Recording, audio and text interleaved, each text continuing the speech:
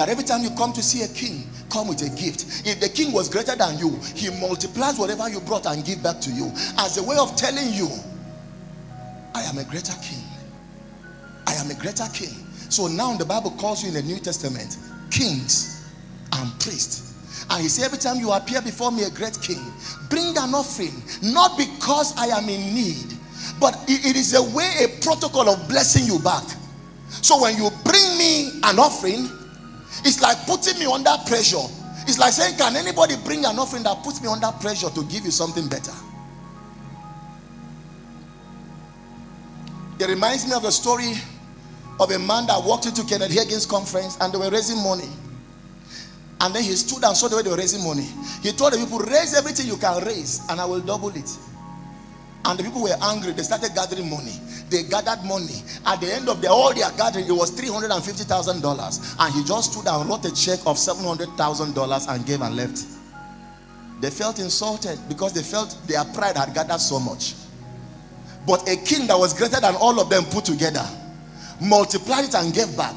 One time I was listening to Dr. Paul Ilenche when they were building Glory Dome. He said his son came to him and told him, Daddy, I am led to empty my account. And I think he said it was about 400,000 or something like that back then. I'm led to empty my account into Glory Dome project.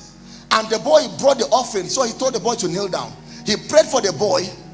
While the boy was leaving, God told him, you are wrong. Don't allow him to go because you will misrepresent me to him. Did you just hear what I said? He said, call him back. Give him ×2 what he brought. That is the right picture of who I am. If you leave him to go without giving him something more than that, you are giving him a wrong picture of God. That is not who I am. So he said he called the boy back and told the Lord, I'm sorry. And he told the Lord, told the boy, how much did you give? He told him the amount. And he gave him ×2 the amount he brought. And told him, God has started rewarding you already. This is exactly how God blesses. Listen. Every time you give your tithe, every time you give your offering, every time you give sacrifice, first, no matter what you are giving, give with an expectation. It was Mike Murdoch that said, when you give to the king without an expectation, you are dumb. He said, how can I come to a rich God and give without an expectation? I remember the first time 3-4 years back that I took $100 seed. That was the first time I'm sowing in foreign currency. Maybe, yeah, that, of course, I think so, that amount.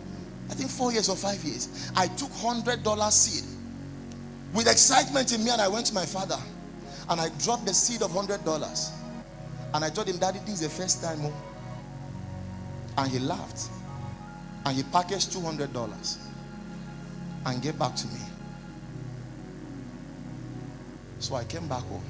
When the Lord started teaching me this, he reminded me that thing that happened to me 5 years back. He said, you went to see a great king, and that king proved to you that he's a greater king than you are. I said, oh.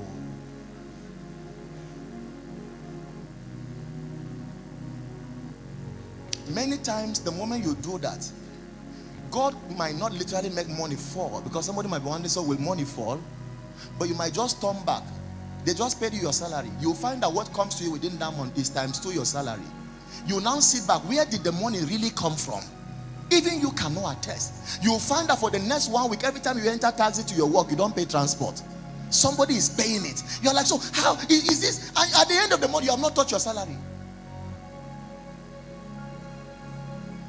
Prove me and see if I will not open the windows of heaven and pour you a blessing.